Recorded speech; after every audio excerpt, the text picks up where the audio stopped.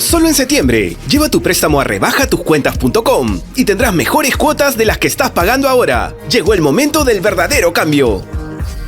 Continuamos en Todo se sabe y estamos con el exministro de Energía y Minas, el ingeniero Carlos Herrera Descalzi, para tratar de entender qué está pasando con el GLP, por qué constantemente hay desabastecimiento. ¿Esto tiene que ver con factores coyunturales o más con problemas ya estructurales del Perú? ¿Cómo está, ingeniero? Muy buenas noches. Muy bien, muchas gracias por la invitación. A ver, ingeniero, ¿qué está ocurriendo? Porque nuevamente, desabastecimiento, encarecimiento de GLP, lo hemos vivido esto hace 2 semanas, hace un mes. ¿Por qué esto es tan constante? Claro, o sea, ya no es una coyuntura, es un problema de estructura, ¿no? Entonces, hay algo en el sistema que no está funcionando bien. Un sistema se diseña, es imposible que un sistema no falle, pero no falla con tanta frecuencia. Cuando falla con tanta frecuencia hay algo malo en el sistema. Entonces, lo que se ve a primera vista es que no hay suficiente capacidad de almacenamiento de GLP. Ayer, antes de ayer, escuché que había 3 días. 3 días es nada, ¿no? Entonces, ¿qué dice la ley? La ley dice que la capacidad de almacenamiento deben ser 15 días. Los precios son libres. Si cuesta más, pues hay que gastar y hay que pasarlo a los precios. Es mejor tener un precio permanente un poquito más alto que tener estas subidas y bajadas bruscas, subidas en realidad, porque las bajadas nunca se producen en la misma magnitud, ¿no? Entonces, es un problema estructural. Es decir, tiene que ver con el almacenamiento, no tiene que ver con un tema de oleajes anómalos que impiden que los barcos lleguen al puerto. Los oleajes anómalos, ¿hace cuántos años que los conocemos? Claro. ¿No es cierto? ¿Y qué posibilidades hay de que desaparezcan o que se atenúen? Creo que va a ser al revés. Entonces, ¿cómo superar el tema de los oleajes anómalos? Uno de ellos es con el almacenamiento. Si tengo almacenamiento para 15 días y pues tengo 7 días de oleajes, el barco no puede desembarcar, ya, después desembarca. Pero hay otra forma. Lima es el gran centro de consumo y Pisco es el gran centro de producción y también de recolección. Entonces, la opción sería enlazar Lima y Pisco mediante un poliducto. Un ducto que transporte el GLP y entonces el propio Pisco sería como un almacenamiento para Lima y para otros lugares. Nosotros producimos GLP. Sí, pero somos importadores netos. Es decir, nosotros hoy en día producimos 40.000 barriles de petróleo y consumimos 260.000 o un poco más en productos. Entonces, somos largamente importadores. Un alivio en eso nos lo dio Camisea a través de los líquidos. Entonces, con los líquidos de Camisea llegamos a ser no solamente no solamente a autoabastecernos, sino a exportar. ¿De GLP o gas? De GLP. De GLP. O sea, gas es una cosa, claro. GLP parte de los líquidos. Es decir, el GLP no necesitamos importarlo. Lo tenemos aquí, se produce. No necesitábamos. Lo que ha sucedido es que Camisea comenzó a operar en agosto del 2004. Ya tiene 20 años. Entonces, en ese tiempo, debido a la promoción hacia el GLP, entonces la demanda ha crecido y la oferta ha declinado. Ya el yacimiento creo que en eso está declinando. Entonces, la producción es menor y ya la demanda superó a la producción. Hoy por hoy sí somos importadores. Tenemos que importar una parte. ¿Qué porcentaje se importará? Por ahí un 20%. Bueno, entonces todavía hay un bloque que viene desde la importación. Claro. Entonces, pero ese 80% que se produce en Ica, en Pisco. O sea, se produce en la selva, llega a la planta de separación de fraccionamiento en Pisco, que viene a ser como una refinería para un petróleo muy fino, claro, digamos, ¿no? A través de un ducto. Claro, llega a través de un ducto. Allí se refina, se separan, sale diésel, salen gasolinas. No son grandes cantidades, pero sale principalmente GLP.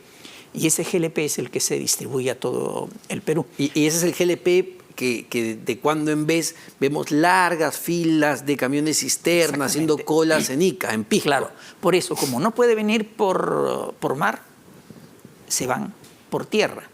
Y lo que leí, lo último es que vienen incluso de sitios más distantes, vienen del norte del Perú. Ajá. Bueno, entonces lo que se necesita es un ducto que pueda descongestionar esa demanda, desde Pisco hasta Lima. ¿Pero qué? ¿Es muy caro? No tendría por qué serlo. Es cosa de ponerle cifras.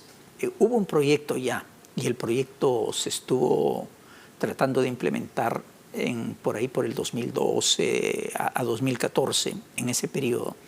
Entiendo que entró a Proinversión, después salió de Proinversión, no sé cuáles fueron los motivos, pero uno de los motivos podría ser que querían seguir utilizando el barco por alguna razón, por, digamos, darle trabajo al barco. Entonces mientras no solucionemos, ingeniero, el problema del almacenamiento y no se establezca una vía mucho más eficiente como un ducto, vamos a seguir viendo estos problemas. Claro. Y vamos a seguir viendo cómo el GLP se encarece. Sí, claro, va a ser más intenso, ¿no? O sea, cada 2 meses más o menos se está presentando el tema. Por eso le digo, ya no es coyuntural, es estructural. Hoy día hay varias ocurrencias simultáneas, ¿no? Que el abastecimiento desde el exterior se ha visto limitado por el tema del canal de Panamá, producto también de la escasez de agua, ¿no?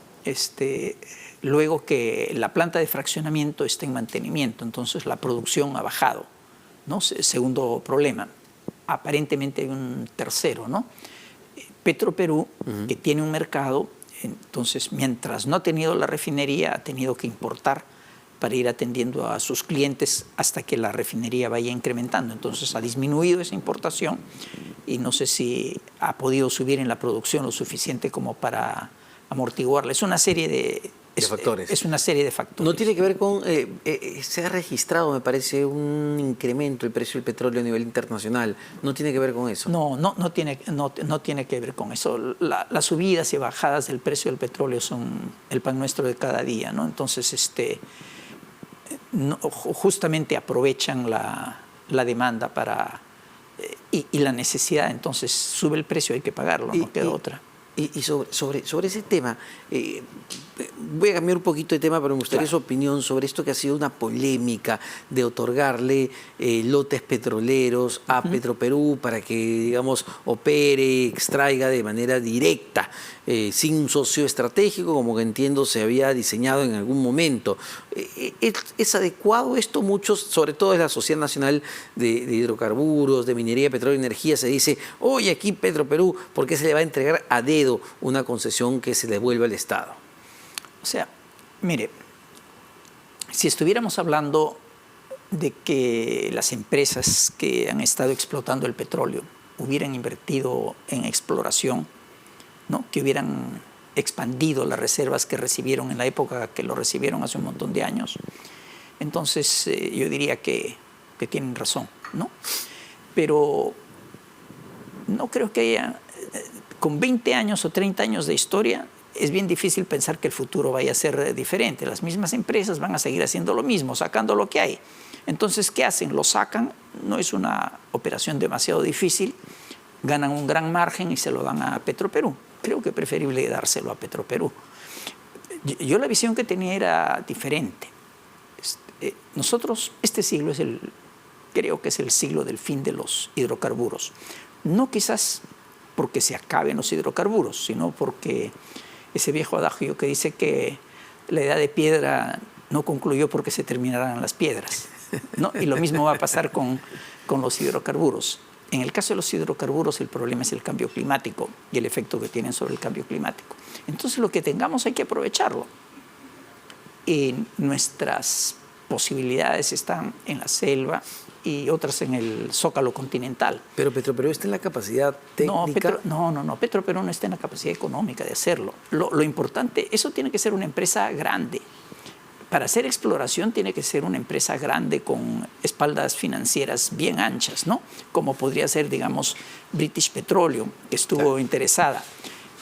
De hecho, Petroperú está lejísimos de esas posibilidades, ¿no?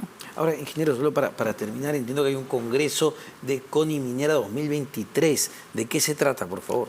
Ese es un congreso nacional de ingeniería mecánica, eléctrica, y el otro son ramas afines. Bueno, hoy las ramas, el Congreso tiene ya 50 años. Hoy día las ramas son más grandes que el tronco del árbol. Estaba viendo justamente ahí a la entrada, estaba mirando el folleto y se van a exponer trabajos de ingeniería que tienen que ver con esas ramas de la ingeniería, con todo lo que tiene que ver con máquinas.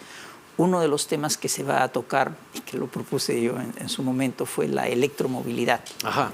Es decir, la necesidad que también toca con el tema que hemos conversado, de migrar del uso de combustibles al uso de electricidad. No electricidad producida a través de los combustibles, sino electricidad producida a través de fuentes renovables, ¿no?